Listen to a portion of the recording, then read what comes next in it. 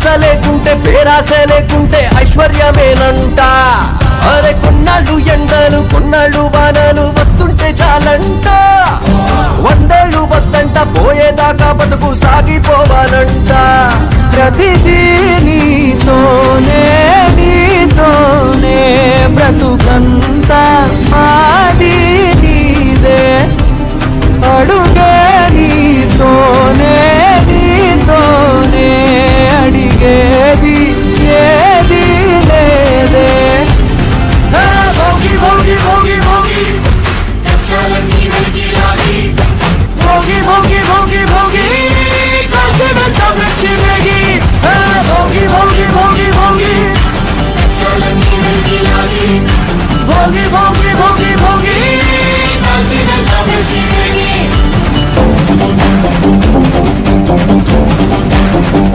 First ఏమైతే start first ఎదిగాడు పోయినారు. ఫస్ట్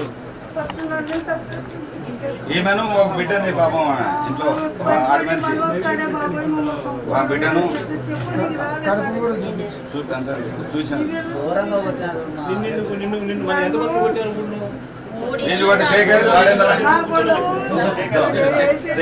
శేఖర్ అని చెప్పి వీళ్ళు పాపం వీళ్ళు కూలి గుంజుకున్నారు. ఊళ్ళో ఎంతమంది మీద కొట్టారు? ఇలా మనం వీళ్ళిద్దరిని నిన్ను సంపాదించాలనుకున్నారు. దొరకలే మిగతా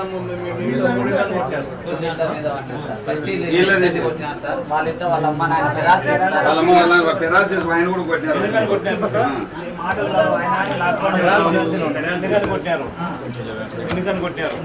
వీళ్ళు తప్పించుకున్నారు చంపాలని, ఇల్లు చంపాలని టార్గెట్. వీళ్ళ అమ్మను వీళ్ళ ఆయన ఇద్దరు కొట్టినారు. వాళ్ళ అమ్మను కొట్టినారు. 3 కుటుంబాలు. నేను ఒకటే అడుగుతా ఉన్నా, ఈ గ్రామంలో ఈ ఘటన జరుగుతా ఉంది అని చెప్పి మీకు ఫోన్లు వచ్చినాయి. ఫోన్లు వచ్చిన తర్వాత ఎస్ఐ వచ్చినాడు. కానిస్టేబుల్ సమక్షంలో జరుగుతా ఉన్న విషయాలు చూశాడు. చూసిన తర్వాత కూడా ఎందుకు అడిషనల్ ఫోర్సు ఈ గ్రామానికి రాలేదు? నా మొట్టమొదటి ప్రశ్న, ఎందుకు రాలేదు? తర్వాత ఎస్ఐ సమక్షంలోనే ఏకంగా మారణకాండ చేస్తూ మనుషులను చంపేసే స్థాయిలోకి చంపేసిన తర్వాత కత్తులతో ఇలా నరికి ఇంకా పలువురిని గాయపరిచిన తర్వాత కూడా ఎందుకు వాళ్ళందరూ కూడా ఈ కార్యక్రమం చేసి మళ్ళీ గ్రామం వెళ్ళిపోయేదాకా వాళ్ళని ఎవరు ఎందుకు పట్టుకునే కార్యక్రమం చేసేదానికోసం కూడా ఎందుకు పోలీసులు రాలేదు? నేను అడుగుతా ఉన్నా ఈ ప్రశ్నలన్నిటికీ. ఎవరు ప్రోద్బలం ఉంది? ఎవరు ఈ పోలీసులను ఆడిస్తా ఉన్నారు?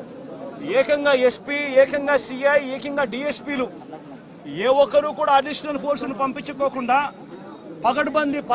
పగడ్బందీ ప్లాన్ ప్రకారం మనుషులను చంపేసిన వాళ్ళు ఊర్లు కూడా విడిచిపెట్టి వెళ్ళిపోయే పరిస్థితి క్రియేట్ చేసి అప్పటికి కూడా ఫోర్స్ రాకోకుండా కూడా వీళ్ళు ఆపగలిగినారు అని అంటే ఏ స్థాయిలో కుట్ర జరుగుతూ ఉంది అన్నది, ఏ స్థాయిలో రాజకీయ నాయకులు, పోలీసులు, ఏ స్థాయిలో వీళ్ళందరూ కూడా కూడబలుక్కొని భయానక వాతావరణం క్రియేట్ చేస్తా ఉన్నారు అని చెప్పడానికి ఇదొక నిదర్శనం కాదా అని అడుగుతా ఉన్నా.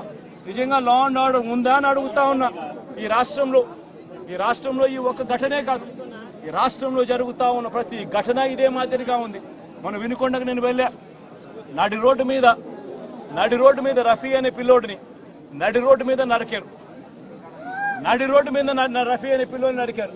ఇలాంటి ఘటనలన్నీ కూడా రాష్ట్రంలో చాలా జరిగాయి.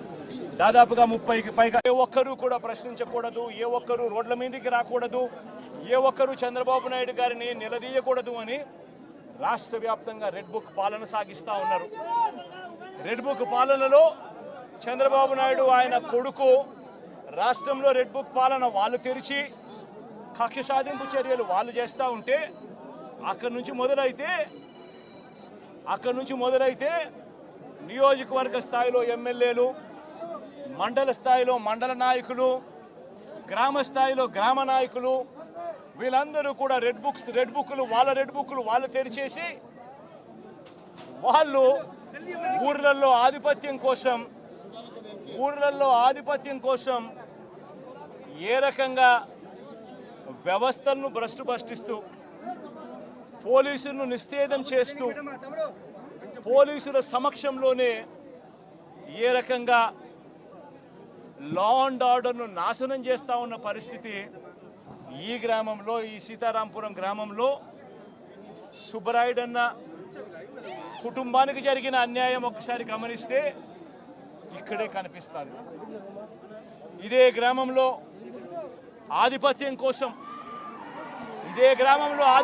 కోసం బూతుల్లో ఏజెంట్ల కింద కూర్చున్న వాళ్ళు, సుబ్బరాయుడన్న కుటుంబం బూతుల్లో ఏజెంట్ల కింద కూర్చున్నారని ఇదే గ్రామంలో అదే రోజు సుబ్బరాయుడన్న ఒక్క కుటుంబమే కాకుండా మిగిలిన 3 కుటుంబాలు కూడా బూతుల్లో ఏజెంట్ల కింద కూర్చున్నారని చెప్పి వీళ్ళందరినీ